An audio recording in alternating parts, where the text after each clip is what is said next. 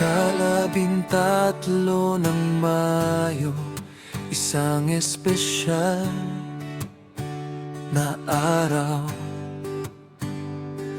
Ang araw na ipinanganak ang ating minamahal.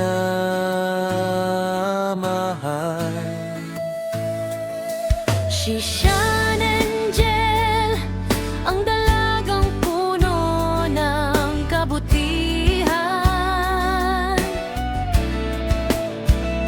Regalo ng langit, biyaya sa ating pamilya at kaibigan. Kilala siya bilang taong laging masipag at masigasig. Walang tigil sa gawa, anuman ang ipagutos at ibigay sa kanya ng tungkulin. Mapagmahal sa lahat, puso'y puno ng kalinga.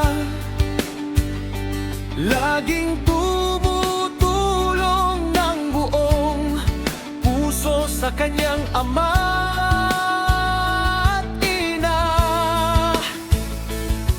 Sa mga kapatid, siya'y sandigan at kasama. Handang umalalay, magbigay at magsilbi sa tuwing may pangangailangan sila.